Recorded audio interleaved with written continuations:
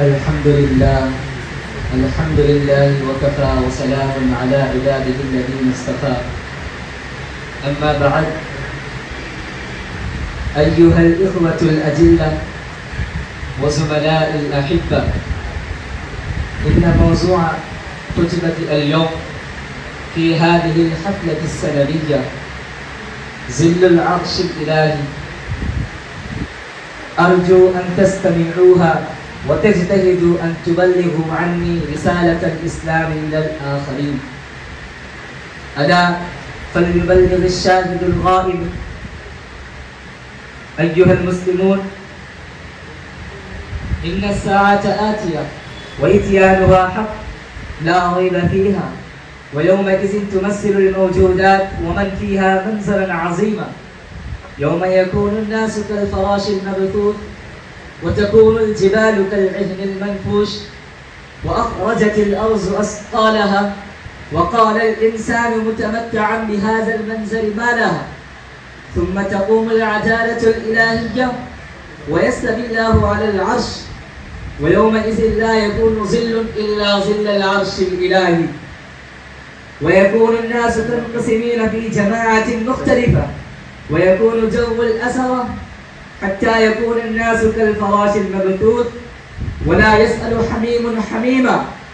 تأتي مرحلة الحساب الشديدة، فبينما كان الناس كذلك إذ يرى رجال تحت ظل الله قضوا حياتهم بمقتضيات التعاليم الإسلامية وعملوا لابتغاء رضا الله. لقد جاء في الحديث الشريف قال رسول الله صلى الله عليه وسلم: 7 يظلهم الله في ظله يوم لا ظل إلا ظله. أيها السادة الأفاضل، من أولئك السعداء الذين ينعمون بظل العرش إمام عادل عدل بين عباد الله في الدنيا، وأقام جو الإنصاف في هذا العالم، وفي ذلك الجو الهادي عاش الناس آمنين مطمئنين. ومنهم شاب نشأ في عبادة الله تعالى وقضى شبابه بالعبادة والرياضة والعبودية والطاعة، وبذل أكثر لمحات شبابه في طاعة الله، ولم يضيع فرصة من فرص شبابه بل اغتنمها، وبذل كل دقيقة من الدقائق في ذكر الله وتسبيحه وتهليله ومراقبته. أيها المستمعون، ومنهم رجل قلبه معلق في المساجد، معناه رجل دائما يفكر وهو في هموم الدنيا وصخب الأسواق أن يحضر في المسجد ويعبد الله فيه. إذا جاء وقت العبادة مثلا اشتغل بالمشاغل الدنيوية بعد صلاة الظهر، ثم يستولي عليه هذا الفكر وأصيب بقلق متى يكون وقت العصر، أوزن العصر أم لا. وجملة الكلام إذا يفرغ من صلاة وينصرف عنها وينتظر صلاة أخرى. وقد جاء الحديث مذكور آني: رجل قلبه معلق في المساجد.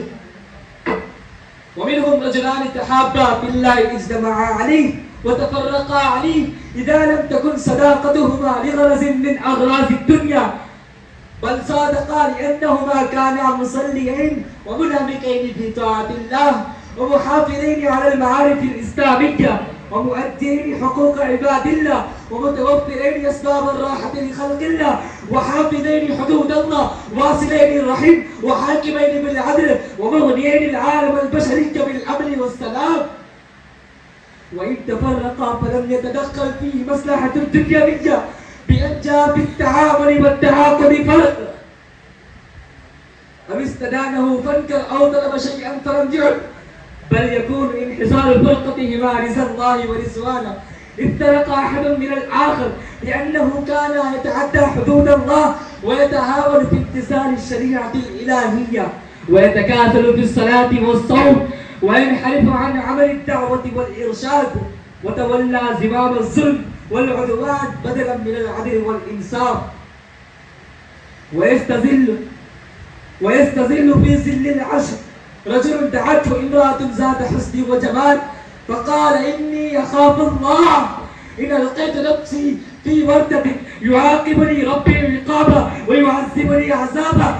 أمثال الملة الإسلامية يكون تحت ذلك الظل رجل تصدق بصدقة فأخفاها حتى لا تعلم شماله ما تنفق يمينه. ليتدبر في هذه القطعة من الحديث من لا ينفق المال والثروة إلا رياء وسمعة، ليبسطوا نفوذ ثروتهم على العامة والخاصة وليفوزوا بلقب حاتم الحاصل من كل أهل وغيره. فلأجل ذلك يحصل للإنسان أن ينفق سرا حتى وسعه ومقدرته ويتصدق مخفيا عن أعين الناس. والآن ليست الأرض خالية من عباد الله الذين يستظلون في ظل العرش ولا يعلمه أحد إلا الله. هؤلاء هم الذين يستظلون في ظل العرش، في ظل العرش يوم الدين في الحشر بإذن الله سبحانه وتعالى. سادتي وزملائي، إن الذكر والفكر في خلق السماوات والأرض نعمة من نعم الله العظيمة.